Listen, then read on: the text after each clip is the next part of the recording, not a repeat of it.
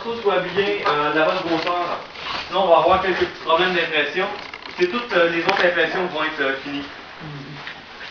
Vous, je pense que vous venez d'arriver, donc vous avez manqué le premier speech du début, finalement.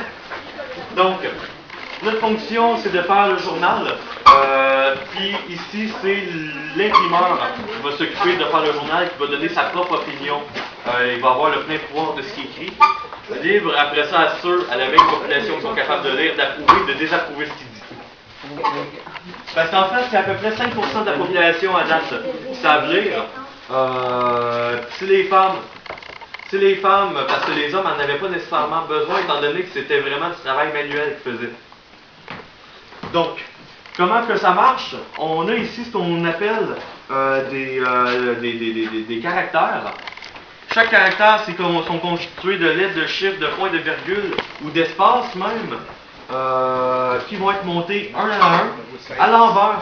Pourquoi à l'envers? Parce qu'ils sont destinés à ces phrases-là, puis si on les mettait à l'endroit, elles seraient déjà à l'envers quand on les imprimerait.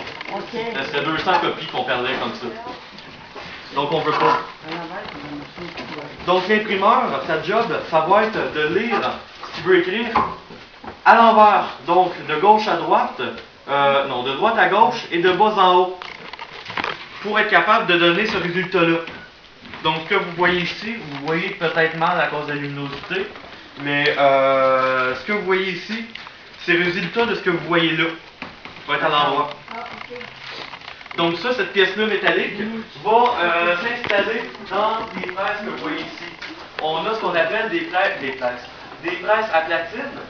Pourquoi à platine? Parce qu'en fait, la platine, c'est ce que vous voyez ici. Le grand cercle métallique qui est là, qui va servir à poser une même pellicule d'encre. Puis ça peut durer à peu près 5 heures ou 6 heures, dépendamment de notre qu'on imprime, avec une même quantité d'encre. C'est entièrement mécanique et ça va fonctionner comme ci.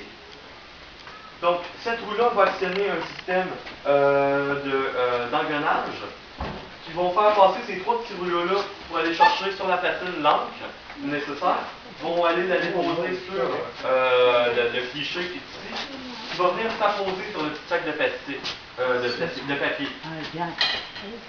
C'est pas des fraises. Oui. Quand l'imprimeur avait de l'expérience, il était capable d'en faire reproduire peut-être 200 à l'heure comme ça. Comment? 200 à l'heure.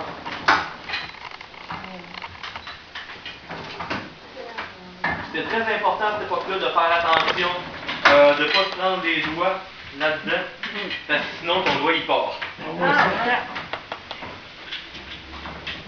Je vois qu'il y a des enfants et je suis en train de me demander s'ils voudraient le faire.